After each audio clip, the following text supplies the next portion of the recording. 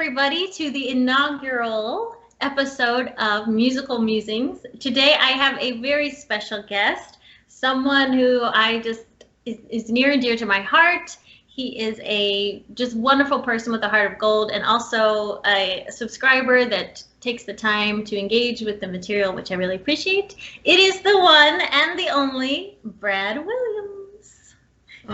Thank you so much, Rebecca. And I will say that after all, I made all of my comments on your videos.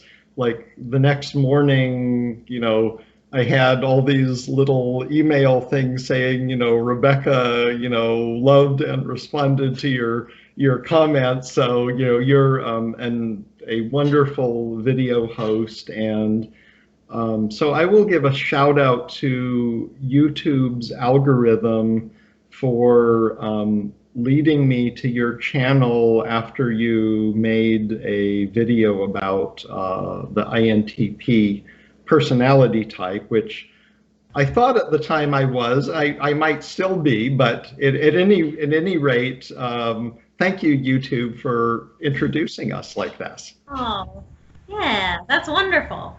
So today's topic, Brad and I are going to discuss the Beatles, because the goal of Musical Musings is to get a guest or a few guests and just to talk about music. It can be favorite albums, favorite songs, artists, anything, something that's moved you in some way. And Brad had a really good idea of, it's funny, I'm talking to the audience and I want to talk to you. So you had a wonderful idea, Brad, about discussing personality types and collaboration in regards to the Beatles specifically.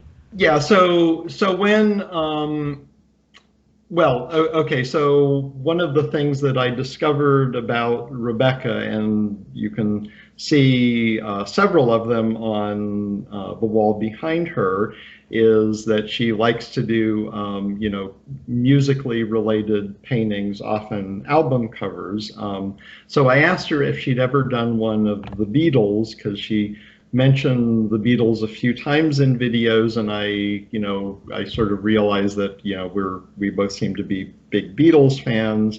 And so then she's like, well, no, I didn't, but I did have this one that I showed in a video of the four of them in their Sgt. Pepper garb. And she ended up giving it to me, which was really cool. And thank you, Rebecca. Oh, you're welcome. And let's see. So on the topic of collaborations, I mean, and I'll give a shout out to Frank James, who's a YouTuber that I know we both watched and have commented on that.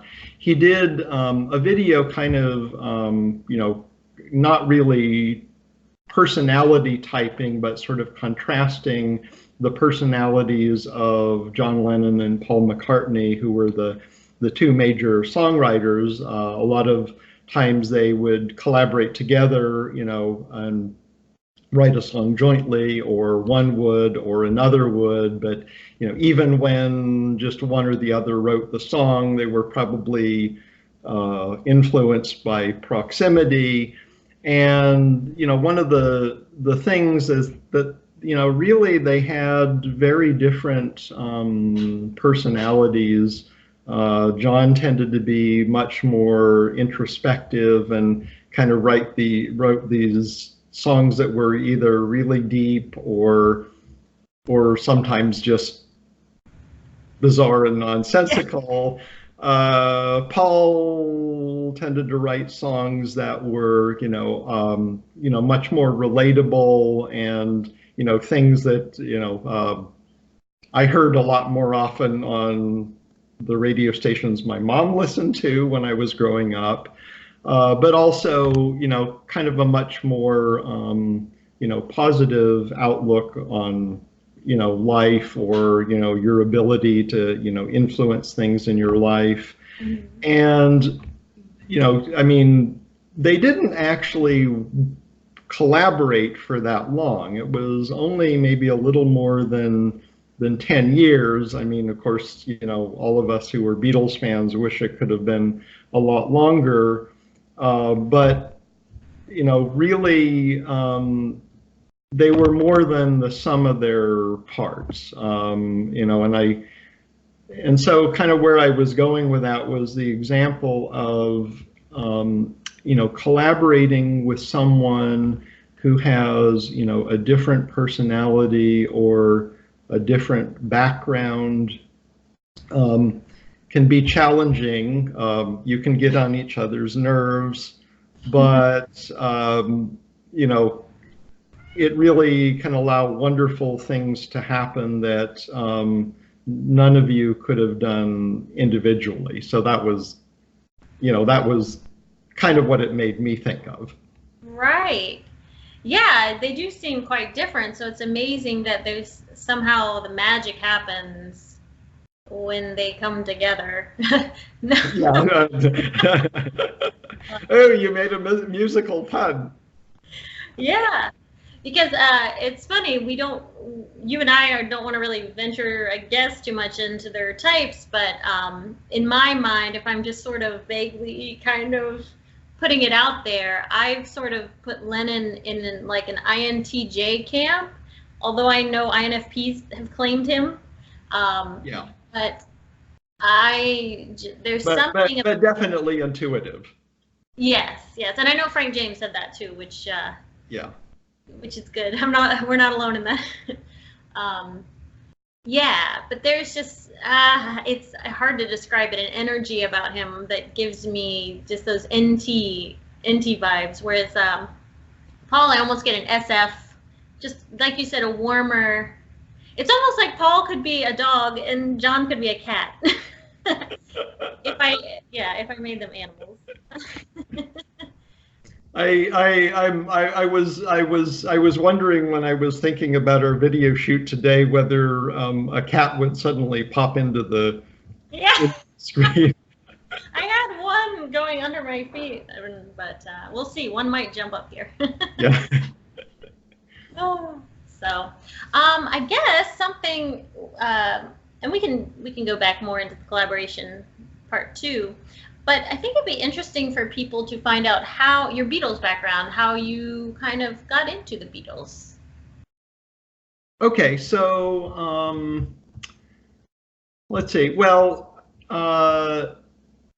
so I'm actually not really old enough to remember when they were together.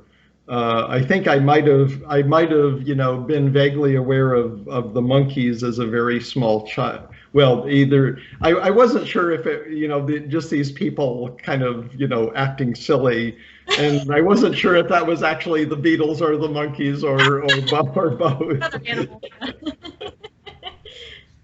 Their show was really silly. I watched that, the Monkees. Yeah, probably it was the Monkees, but. Yeah, so okay, so just kind of I mean, just at various points in time they kind of have a a kind of a revival of interest in the Beatles. Well, actually, okay, I know one thing that was sort of a key event. So they made in the late 1970s, they made a movie of Sgt. Pepper, which didn't actually go all that well, but it was Peter Frampton and the Bee Gees played them. But then actually, I later discovered that Peter Frampton actually had played guitar on George Harrison's first solo album. So that was actually a little more legit than it had seemed at the time, but I only realized that years later. But then it sort of got me, interested in the Beatles, and I, bought, first some compilation albums, and then, realized, well, that when I heard the song, wait, I've heard this song before, and I think most of the songs that I'd heard before were actually Paul's, just because they're sort of more melodic and appeal to a broad audience. But and then went in, and I think the first individual original album that wasn't a compilation was Revolver, and then the White Album, because they, for whatever reason, they didn't put that many of the songs on the particular compilation. So, right. So how about you, Rebecca? Oh, so for me, it's funny. I don't know that there's a distinctive event that happened, but it's more so, I think, growing up, my dad, he played a lot of music in the house, and it was mostly oldies and some older country music. And so I remember he played a lot of Please Please Me, and then he had the Past Masters album, which is a compilation album. Yeah. And I really took a liking to that, and I remember borrowing it from him. I can't even tell you how old I was. Gosh, I'm going to have to guess, like maybe preteens. I don't know, like 10, 11, 12. But I really liked it. And so I didn't really explore the Beatles too much until, I mean, I enjoyed them, but I didn't really, dive deeper into what other albums are there, or what else is there, what about these gentlemen has, is so intriguing. Now I do all kinds of research, which I have a book I want to show everybody here in a moment. But then I remember in grad school watching Across the Universe. I don't know, have you heard of that movie? By Julie Taymor, the Broadway director of Lion King. I've heard the title. I'm not that familiar with it. Okay. She took a lot of Beatles songs and made a story, and so it's kind of like a musical, basically. They sing the songs from the Beatles. But I just remember thinking, whoa, what is this? This is so cool. All these songs are from the Beatles?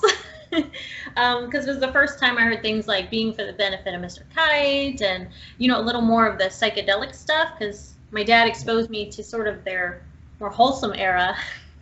Yeah. The Mop Top era. And then I saw that, and I thought, oh my gosh, these are just so prolific songwriters, and it's so varied and so fascinating. And then I dove in head first and realized, like, oh, I guess I'm a Beatles fan now. With droves of, millions of others. But yeah, so that's kind of how that went. But before I forget, Brad actually was kind enough to send me a book. I don't know, can you see it pretty well there? I can, yeah. Okay, so it's called The Beatles Stories Behind the Songs, and this I recommend to any Beatles fan. I mean, this has been the coolest book. So thank you, Brad, because it actually goes by album, and then, chronologically, and then by the songs, and it just tells you the story behind every single song. Now I will say that a friend of mine actually gave me that book a few years ago, and then I'm like, okay, Rebecca gave me this painting. I want to do something to thank her, and then I thought, oh, I'll get her that book. It turns out it's now out of print. Fortunately, I was able to find a used copy on, someone through Amazon. So, it's a really good book. You should print another run of it. It's awesome. Whoever the publishers, we need to tell them. Yeah, Carlton Publishing or whatever. Don't stop making this. It's amazing. And then there's just these beautiful photos throughout. Yeah. Thank you. This is a joy. Yeah. So we can even talk about some of those stories too, because I know we were talking before about our favorite stories from the book. Yeah. Well, I can. Okay, so I can. I'll start off with kind of the one that impressed me the most, which is the song "She's Leaving Home" on Sergeant Pepper. So the song is about this, teenage girl, young woman that kind of like runs away from home, and there was a newspaper story that had covered this young woman's disappearance, and well, long story short, they eventually found her, and she was brought back home, although that didn't actually solve the issues in her family situation. But just by reading a short newspaper story, Paul McCartney was trying to imagine, well, okay, why did she do this? What was running through her head that, was her motivation for that? And well, two things. One, Paul had actually met this person a few years before. There was some dance contest which he was invited to judge, and this woman was one of the contestants, actually won. Um, and so he wrote the song, didn't realize he'd met the person who was the subject of it. When she heard the song, she didn't realize it was about her at first. That's crazy.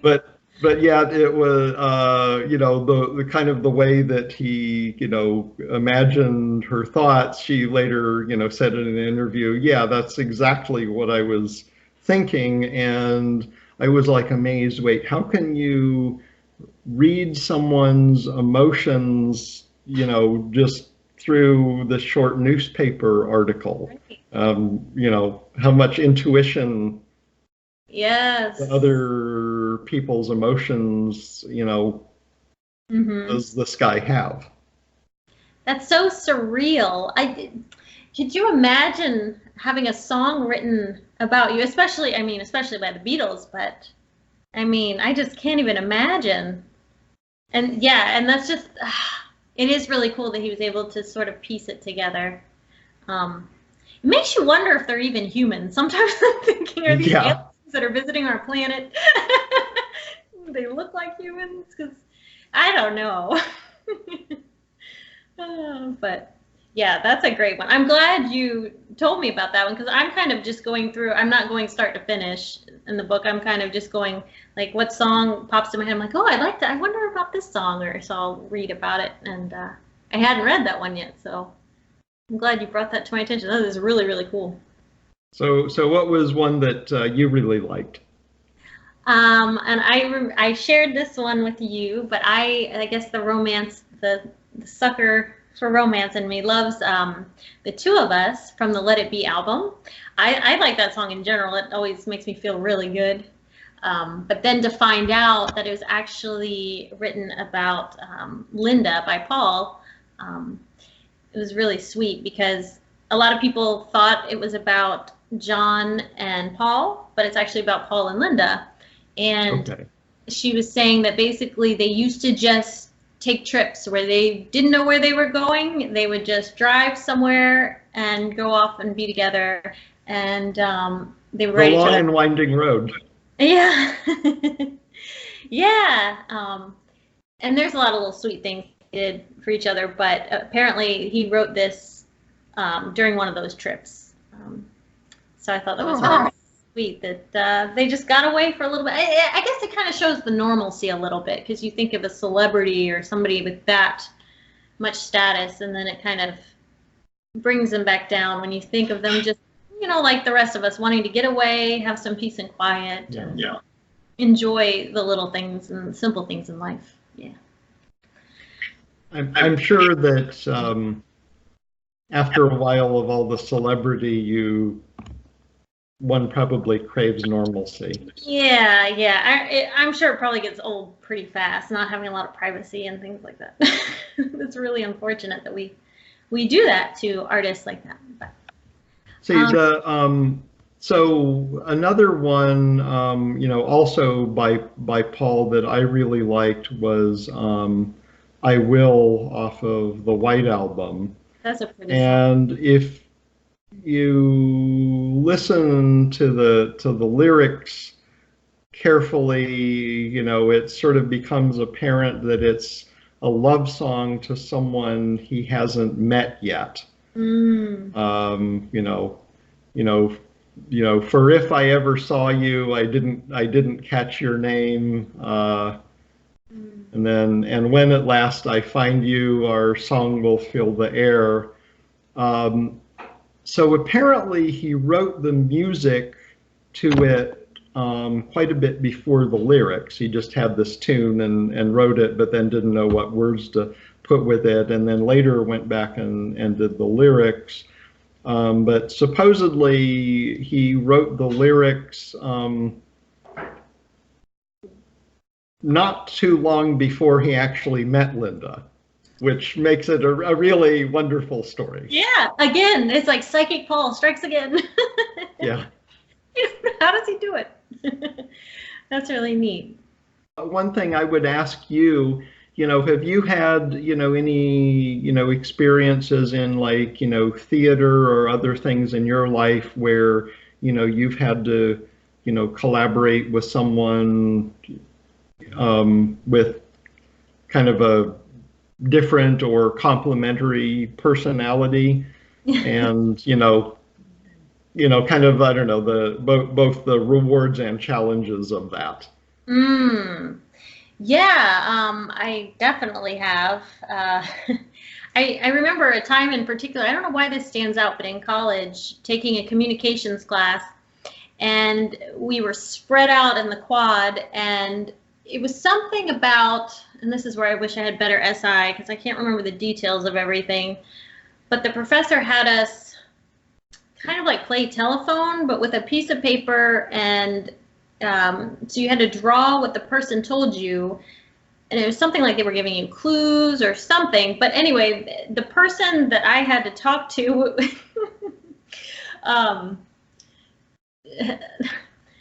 I don't want to be disparaging towards fraternities because I'm sure, they're wonderful, but he was like a stereotypical frat boy. And and I'm just this artsy fartsy. I wasn't actually in one, by the way, so it's okay.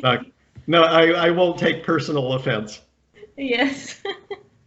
So we just, it was definitely a clash of personality, and he was getting so frustrated with me, and I was just doing the best that I could. So I don't know, we got through it, but it was definitely, we kept having these communication clashes, and I remember it is frustrating for you and the other person, but you kind of have to adapt, and I think that's where knowing personality typology is helpful too, because it gives you some extra tools. If you can kind of figure someone out, it's like, okay, well, now I kind of know what I'm working with, and kind of what buttons not to press, and what sort of things to kind of orient myself towards in order to make sure we have a more solid connection and communication. So I try really hard, but collaboration can be very, very tricky sometimes. Yeah. How about you, Brad? Yeah, so I actually changed jobs about 4 years ago, and moved from DC to Seattle, and kind of I'm working in a different environment. There's only like 5 people in my office, but they're a pretty wide. They're actually a wider range of personalities, because my old job I was basically working with a bunch of scientists who all kind of well, there's certain stereotypes associated with that, and they kind of embody them, and so did I kind of. But now I'm, working with, a variety of people in the office and also just in, contacts outside. And I just feel like I've learned so much about trying to, relate to other people or where they're coming from. It's been challenging a lot of the time, but I feel like it's caused a whole lot of personal growth. Yeah, definitely. That is the plus. It sort of sharpens you in a way. Yeah. Or like sandpaper smooths you out. Yeah. Well, but I think just to I guess there's and I've seen some videos where they said don't just rely on your sort of top cognitive ability. You want to have more things at your disposal and try to be able to make use of them when it's appropriate or you need to, or you're dealing with another person who responds to that approach. And yeah, definitely. And so yeah, I guess bringing it back to the Beatles, and I guess poor Ringo and George, we haven't really we haven't really talked about them. But I heard Ringo, and now I'm trying to think of where I read this. I don't think it was in this book, but I read that he was kind of almost the glue within the group. Everyone got along really well with him. I could be wrong. I kind of hope it's true. One thing, I don't think in Frank James's video he ever actually, tried to type them, but other people in the comments section did. And one version was that John, Paul, and George were all sort of different flavors of introverts, and Ringo, was the token extrovert in the group, which probably I think makes you if there's a bunch of people who are you can't all be the quiet one, or else there's not going to be any communication. Right. Yeah. Yeah. He definitely strikes me as an extrovert for sure. Yeah. And he's still that way. He just sort of likes, going and playing music with people, and yeah, he's probably counting his lucky stars. Like, at least I'm not Pete Best. Yeah. Poor Pete. But yeah. Thank you for a nice conversation. Yeah. Thank you so much, Brad. Thanks again for the book. I know people can't really go out and get it, but maybe used on Amazon. I recommend it. And yeah, there'll be more of these music talks. I hope everyone enjoyed them. I really enjoyed talking with you. This is, as the extrovert, I must say, I am energized now. Okay, and as the introvert, this caused me to get out of my shell a little bit and interact with somebody. So. Good. So yes, thank you. And on Rebecca's behalf, I will say, stay weird, my friends. Yeah. Thank you, Brad. Right. And I guess we haven't ultimately seen Rebecca's cats, but hello, cats. Hope you were doing well. Hope to see you soon. Yeah, they're good. Thank you, Brad. Okay. All right. Okay. Bye, everyone. Bye.